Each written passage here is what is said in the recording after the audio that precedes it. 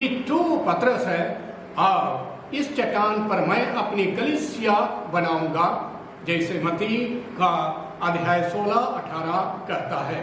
दूसरी ओर जब वह मछलियां पकड़ने की बातें कर रहा था तब उसने उसे मनुष्यों का मछुआरा ठहराया कि अब से तू मनुष्यों को पकड़ लेगा। परंतु जब वह अपने चेलों के विषय में भेंट की बात कहता है तब पेत्रुस को उनके ऊपर चरवाहा ठहरा करके कहता है कि मेरे मेमनों को चराओ, मेरी भेड़ों को चराओ। प्यारे भाई और बहनों, इससे स्पष्ट हो जाता है कि हमारे उद्धार के लिए प्रभु की इच्छा इतनी महान है कि वह उनसे प्रेम करने वालों से केवल एक ही मांग करता है, हमें चरागाह और उद्धार की तह में ले जाए। आज के दिन प्यारे भाई और बहनों, हम उद्धार पाने की लालसा करें।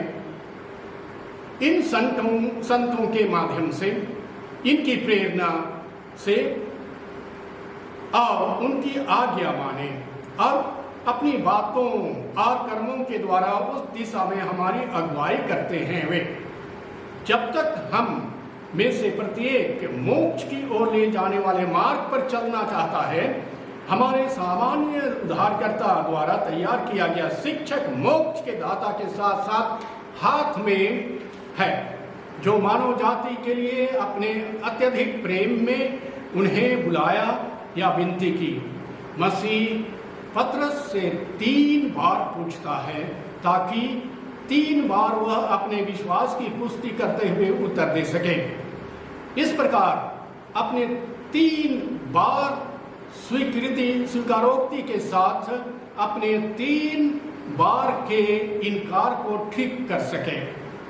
यीशु ने 3 बार उसे अपनी भेड़ों को मेमनों के ऊपर नियुक्त किया, परंतु जब पतरस से बार बार पूछा गया कि क्या वह मसीह से प्रेम करता है, पवित्र शास्त्र हमें बताता है कि वह बार बार पूछे जाने से दुखी था, यह मानते हुए कि प्रभु ने उस पर विश्वास नहीं किया। यह जानते हुए वह कहता है मसीह से प्रेम करता था। वह यह जानते हुए कि उसका प्रश्नकर्ता उसे स्वयं से बेहतर जानता है और दबाव में महसूस करते हुए पतरस ने न केवल यह स्वीकार किया कि वह उससे प्यार करता है, बल्कि यह भी घोषणा करता है कि इस प्रभु से वह प्रेम करता था।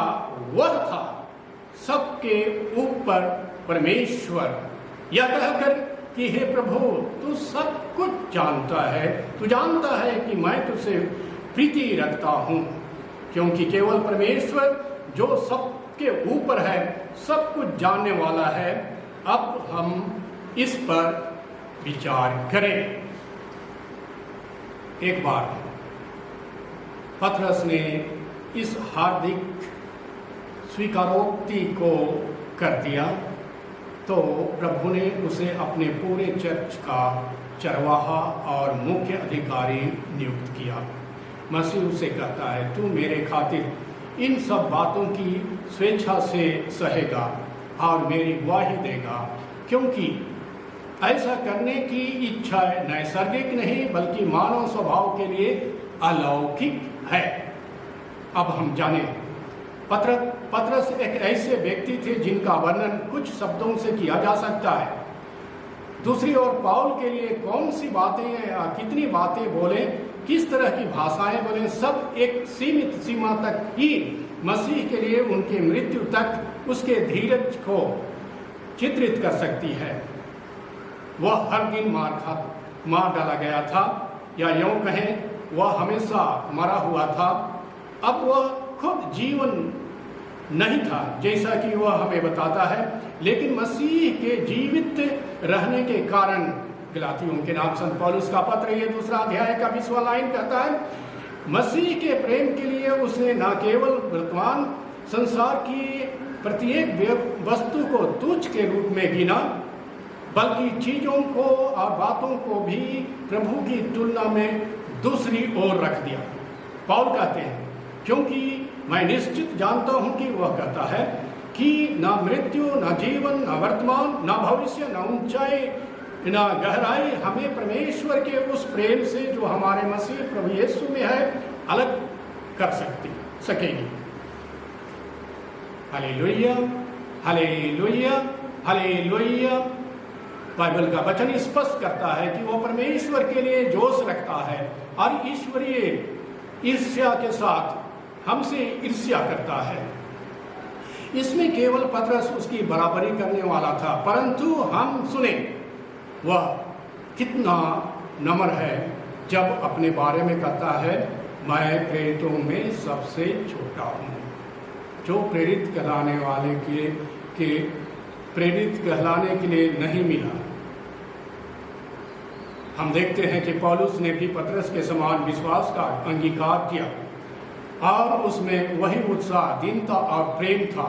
निश्चय ही उन्हें उसी से वही प्रतिफल प्राप्त हुआ जो पूरी तरह से न्यायपूर्ण तराजू, पैमाना और साहुल से सब कुछ मापता है और कुछ भी अनुचित होगा पतरस के पश्चाताप के कारण। Hallelujah, hallelujah. हम ध्यान दें कि पतरस और पौलुस प्रमुखता और महिमा में समान हैं और दोनों चर्च को थामे हुए हैं। नतीजापन चर्च अब दोनों को एक समान सम्मान देता है और उन्हें समान सम्मान के साथ एक साथ मनाता है, जैसा कि हम उनके जीवन के परिणाम पर विचार करते हैं। आइए हम उनका अनुकरण करें कि वे जैसे रहते थे या कम से कम उन्हें विनम्रता और पश्चाताप के माध्यम से कैसे बहाल किया गया था। भले ही हम उनकी अन्य महान और उच्च उपलब्धियों को प्राप्त ना कर सके जो महापुरुषों के लिए उपयुक्त और उपयुक्त है।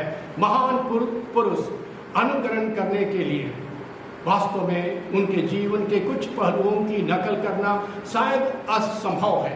हालांकि पश्चाताप के माध्यम से संशोधन हमारे लिए महान की तुलना में अधिक उपयुक्त है, क्योंकि हम सभी हर दिन कई बार पाप करते हैं। Hallelujah, hallelujah.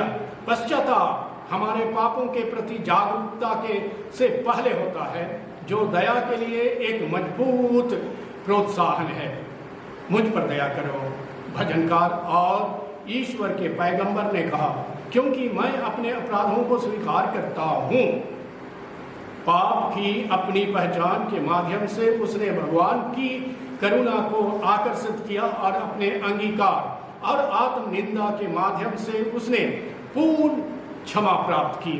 क्योंकि हमारे पापों की स्वीकृति के बाद स्वयं की निंदा होती है, जिसके बाद हमारे पापों के लिए वह दुख होता है जिसे पौल ईश्वरीय दुख कहते हैं।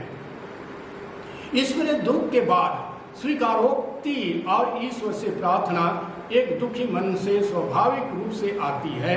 Hallelujah, hallelujah. जैसा कि अब से बुराई से दूर रहने का वादा है, यह पश्चाताप है। Hallelujah, hallelujah, hallelujah, hallelujah.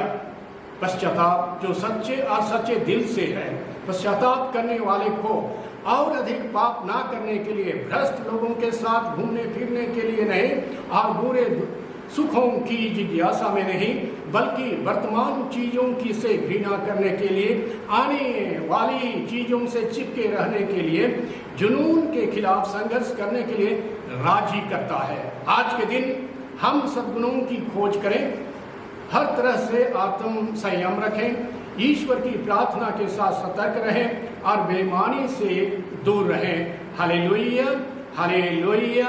संत पीटर और पौलुस के स्मरणोत्सव के दिन हम खुशी मनाएं और उनके सद्गुणों का अनुकरण करने की कोशिश करें। Hallelujah, hallelujah, hallelujah, hallelujah.